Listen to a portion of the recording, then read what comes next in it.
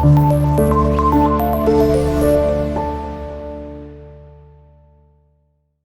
بہت چھوٹا سا پیراگراف ہے، آسانی سے ہو جائے گا. When Hazrat Muhammad sallallahu alaihi wasallam was 38 years of age, he spent most of his time solitude meditation. اس کا مطلب ہے جب حضرت محمد صلی اللہ علیہ وآلہ وسلم 38 سال کے تھے، وہ آپ صلی اللہ علیہ وسلم اپنا زیادہ وقت سالیٹیوڈ کا مطلب ہے تنہائی اور غور و فکر یعنی میڈیٹیشن میں گزار دیتے.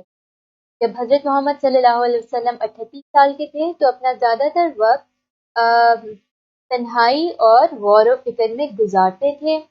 In the cave of Hira, غار ہرا میں he used to retire with food and water and spend days and weeks in remembrance of Allah Almighty. وہ غار ہرا میں کھانا اور پانی لے کر چلے جاتے تھے اور کئی دن اور ہفتے اللہ کی یاد میں گزار دیتے تھے. ڈیفیکلٹ ورڈز دیکھیں. سالیٹیوڈ کا مطلب ہوتا ہے تنہائی،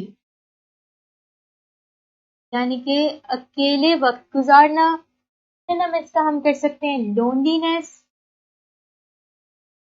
ویسے لونلینس کا مطلب ہوتا ہے کہ کافی اکیلا پن. سالیٹیوڈ اور لونلینس میں بالکل ہلکا سا ڈفرینس ہے. لونلینس ایسے ایک سیڈ سا آئیڈیا آتا ہے، سالیٹیوڈ ایک یعنی اپنی مرضی سے جو انسان تنہائی میں بیٹھا ہو. یہ ان کا ڈفرینس ہے. میڈیٹیشن کا مطلب ہے غور و فکر، یعنی میڈیٹیشن جب ہم کرتے ہیں تو اس کا مطلب ہے کہ ہم بیٹھتے ہیں اور ہم سوچ رہے ہیں کوئی باتیں، ان پہ غور کر رہے ہیں، ان پہ غور و فکر کر رہے ہیں. میڈیٹیشن میں ہم اس کو سمپلی لکھ سکتے ہیں آبزرویشن.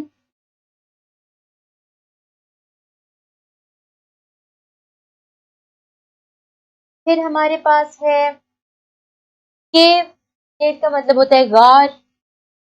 ویسے اس کے سنونیم کی ضرورت نہیں ہے، لیکن پھر بھی ایک آئیڈیا ہونے کے لیے میں آپ کو بتا دیتی ہوں کہ اس کو ہم اوپننگ بھی کہہ سکتے ہیں، but in side a mountain.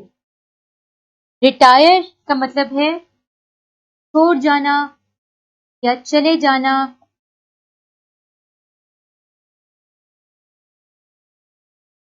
چلے جانا،